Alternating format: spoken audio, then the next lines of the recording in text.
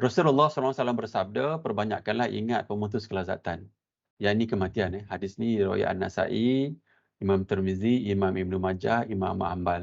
Ada ni Hasan menurut Syekh Albani. Ada ni sahih lah, Hasan ni sahih.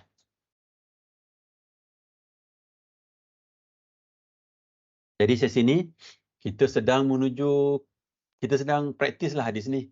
Nak ingat mati ya, ingat mati. Kawan-kawan kita pun ada yang meninggal dunia, mak bapak kita mungkin ada dah meninggal dunia kan, anak kita mungkin ada dah meninggal dunia kan. Nenek atuk kita most probably majoriti dah meninggal dunia kan. Jadi kematian tu berada di sekeliling kita.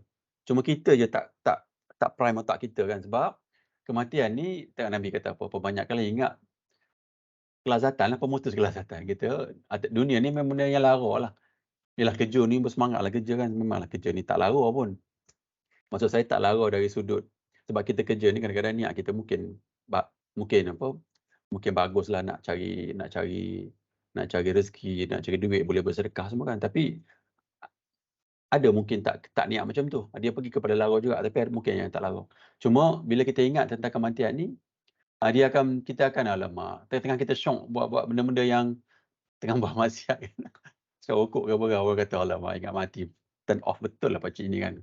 Orang tengah-tengah happy ni dia cerita benda ni kan. So Nabi kata perbanyakkanlah ingat kematian, sebab dia akan tutup ataupun dia akan menolak kita untuk buat-buat benda yang lara ataupun benda-benda yang maksiat tu lah. Ingatlah tengah-tengah nak buat benda maksiat tu, nak buang sampah daripada motor kan, naik motor buang je tin minuman tu kan, sedap je buang kan. Lepas tu naik kereta kan, buang je belakang. So kita ingat Allah, aku ni minggu lepas baru member mati, member sahabat meninggal kan, tak naklah buang elok-elok kan. Dan kematian tu boleh menutuplah benda-benda yang perangai buruk kita lah. So banyaklah ingat kematian supaya perangai yang baik tu datanglah kepada kita insya-Allah. Dari Ibn Umar radhiyallahu anhu, ia berkata, saya pernah bersama Rasulullah sallallahu alaihi wasallam, lalu seorang Ansar mendatangi beliau. Ia memberi salam dan bertanya, wahai Rasulullah, mumi manakah yang paling baik? Beliau bersabda, yang paling baik akhlaknya. Pertama, sahabat Nabi ni datang jumpa Nabi, dia tanya siapa yang paling baik. Nabi kata, yang paling baiklah akhlak dia. Nombor dua, lalu mumi manakah yang paling cerdik? Ni nak cerita tentang kematian lah, yang paling pandai lah, yang paling bijak. Ia akan bertanya. Beliau bersabda, yang paling banyak ingat mati. Ingat. Yang paling cerdik ni antara kita ni bukan ada PhD, ada orang bukannya macam-macam Steve Jobs kan, buat Apple kan. Meninggal bukan dalam keadaan Muslim pun. Maknanya dia bukannya atas dunia memanglah nampak dia paling cerdik. Tapi sebenarnya yang paling cerdik ni sebab kehidupan selepas kematian nanti, sebab infinity kan. Masa tu, Masya Allah, kalau kita memang banyaklah berbekal sekarang, kalau kita berada di lepas, bayangkanlah kita berada di mahsyar nanti tengok Allah. Kita akan sebutlah cerdiknya orang tu kan. Teruknya lah kita ni kan. Sebab masa ada lagi sisa hidup kita ni, kita tak berbekal. Tu tengok apa yang Nabi kata ni kan. Yang paling banyak ingat mati, yang paling cerdik lah, sebab kehidupan yang kekal nanti menjadi motivasi matlamat kita sepatutnya lah, daripada apa yang Nabi dan Allah sebutlah. Dan yang paling baik dalam persiapkan diri. Yang paling baik dalam persiapkan diri ni adalah cara yang paling sahih, yang paling benar lah. Mana ibadat yang paling benar kan, ataupun kita tutup aurat yang paling benar lah macam tu.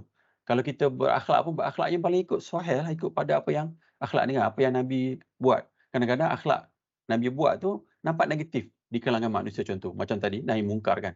Kita cuba tegur tapi dia nampak sangat-sangat negatif. Kadang-kadang sangat-sangat positif macam tu. Jadi kita kena memahami yang itulah yang paling baik dalam persiapkan diri untuk alam berikutnya, itulah yang paling cerdas. So satu lagi keyword dia adalah untuk alam berikutnya ni.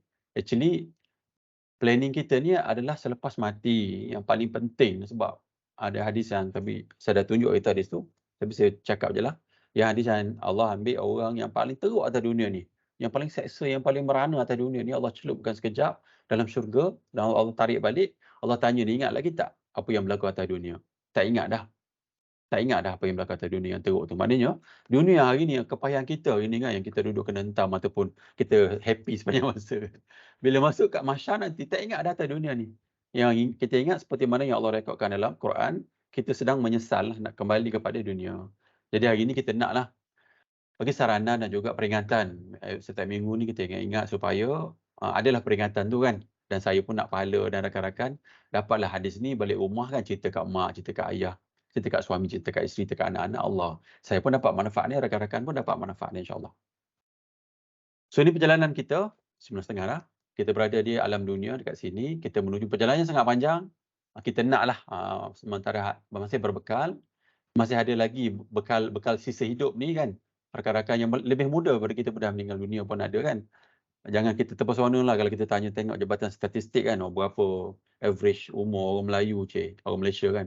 Berapa 87 kan, macam tu lah. 80 ke atas kot, ke 70 ke atas. Orang kata lama lagi nak hidup ni kan. Oh tak begitu. Yang muda pun meninggal, yang tua pun apa lagilah.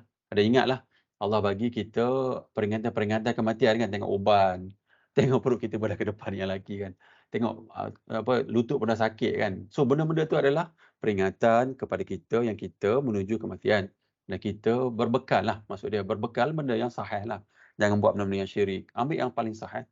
Dan kita nak menuju perjalanan yang sangat panjang ni, dan harapannya bila kita berada di sebelum meninggal tu, insya-Allah dengan akidah yang baik, kita dapat dapat keselamatan dekat situlah. Nanti Allah akan uji sebelum kita meninggal tu, kita dapat keselamatan dengan akidah yang sangat baik dan tak tertipu dengan apa yang datang masa tu, dan perjalanan kita di sini adalah perjalanan yang sangat baik. Kita nak ke syurga insya-Allah, dan syurga kita nak ni seperti mana yang Nabi sarankan dalam hadis Nabi, kita nak pergi ke syurga Firdaus insya-Allah. Subhanakallahumma wa bihamdika asyhadu an la ilaha illa anta astaghfiruka wa atubu ilaik. Maha suci Allah, dan dengan memuji Allah, saya bersaksi bahawa tidak ada sembahan yang berhak disembah selain Allah. Saya meminta ampun kepada Allah dan saya bertaubat kepada Allah. Wassallallahu ala sayyidina Muhammadin wa ala alihi wasallam. Assalamualaikum warahmatullahi wabarakatuh.